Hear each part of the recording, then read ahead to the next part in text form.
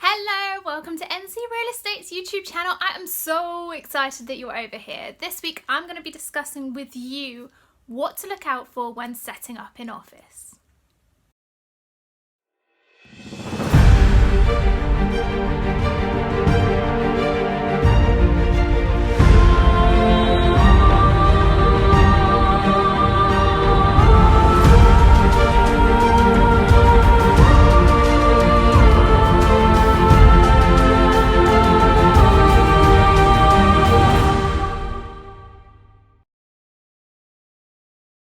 This is super topical for me this week because NC Real Estate has moved offices. I'm so excited and we're currently decorating. So right now I can't show you around because you'd probably get covered in paint. But when we're open and we're ready to go, I'll give you the guided tour because I'm incredibly excited about it. A new home, a new space to thrive, to grow, to just, I'm so excited. I'm so happy we've got it. But that aside, I wanted to help you guys because I'm sure many of you are getting to the stage in that your property company and your property business where you're thinking, actually, I need a space to host it because I don't want to be sat at home all day. I want to have that separation between work and business, and I think that's a really, really healthy thing. I think sometimes I can work from home for too long and all of a sudden my days seem to blur into my evenings, seem to blur into my days, and I love working and I love NC Real Estate and I love everything we do, but sometimes that separation is key to a really healthy life. So if you are at the stage where you're looking to set up an office, then actually I've got some really, really important tips. Now, I'm still a relatively young business, not that young, we've been going for a while now, but still quite young in terms of companies' standings and setting up. So I've opted to use serviced office space. I think that is awesome because serviced office space is a space that you can literally just grab your things and move straight into. It's got everything you need. It's got desks, it's got Wi-Fi, bills, business rates, everything you can name is included within your rent. And that is awesome for new businesses because that gives you the flexibility. It means you don't have to bring a lot with you. You can just arrive and that's your office space. Now obviously sometimes you need to decorate, sometimes you don't. Friends of mine have beautiful co-working shared serviced office space which actually they just moved into one day and it looked gorgeous, and they have all the facilities, shared meeting rooms, shared common parts, shared kitchens, and that's awesome because it also means that you get to mix with other people. My office space also has that. It has shared common parts, shared kitchen facilities, but a completely separate office for me. And again, you have the flexibility if you use service office space because it comes with all of this sort of stuff.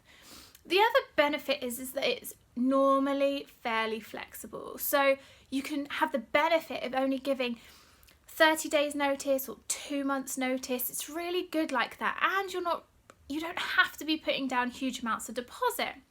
Whereas if you were taking long-term office space, you need to be negotiating on the lease and it could be for a term of 3, 5, 10 years. You may also be required to put down a deposit of up to 12 months.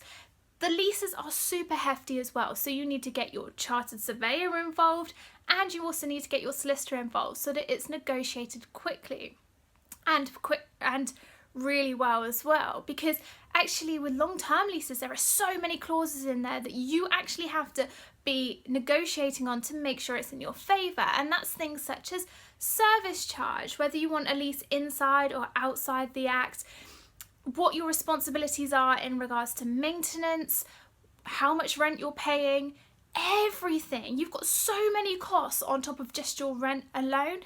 And whilst this is really, really, really practical for bigger companies, as I've already said, because actually they do like to cement themselves in one place. For smaller startups and smaller property firms like me, probably like you guys, you want that flexibility because you don't know where you're going to be in 12 months time. Maybe you don't even know where you're going to be in 6 months time. So looking for serviced office space is actually very, very easy.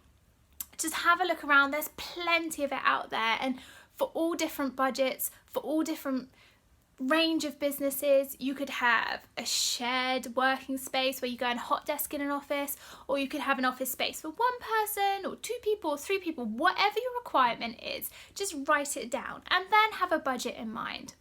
and then start Googling it and going out and having a look at it. Honestly, serviced office space works out really, really well, and it's something that I'm super enthusiastic about. Obviously, I'm here going, this is what you need to know when you're setting up an office. And also, it's a simple agreement. You basically just sign on the dotted line. You know what's included, but have a read through. Make sure that you understand what your repairing responsibilities are, why not you wouldn't get back your deposit, and also your insurance responsibilities, because as much as the landlord will probably insure the building, they're not going to insure your contents. So make sure that you're keeping an eye out for that as well. But apart from that, actually, it's really, really flexible.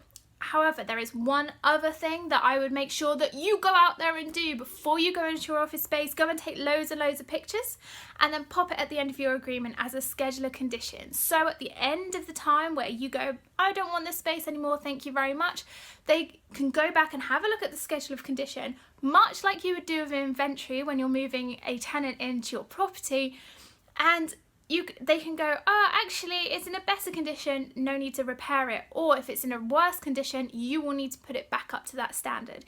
It's a really good record for you, and it's a really good record for the landlord as well. So make sure you're putting that scheduler condition in at the end. So to recap on why serviced office space is just so awesome for small businesses, probably like you, and definitely for me, is that actually you've got the flexibility. Everything is included, so literally you can just pick up your stuff one day and move straight on in. Also, it is a lot cheaper because you can choose how much you pay depending on the size of your business. You can choose when you want to be in the office, so you might not need permanent 7 days a week office space. You could have just for a couple of days a week. You get that choice with serviced office space. And it's more friendly terms for you. It's really easy to know. It's more like a tenancy agreement, and as landlords and property investors, we already know about that, but just make sure you're reading the agreement. But I wanted to share this with you because it's very topical for us this week. Again, we are going to continue over the course of the week, move into our office, and I'm so excited about it. And as soon as we're ready to go, come on in for a coffee with me or a cup of tea or just a catch up. You're more than welcome anytime. We love hearing from you, as I always say, get in contact with us because we like to answer your questions and hear from you. So I want to hear from you now. Have you been setting up in serviced office space? How have you found it? Where are you trading from? And what companies are you using to do it through? Put that in the comment section below or email me. And if you have any questions, do email me, natasha@ncrealestate.co.uk, or put a question in the comment section below and we will come back to you. We'll answer your questions in next week's podcast, and we always have such amazing questions.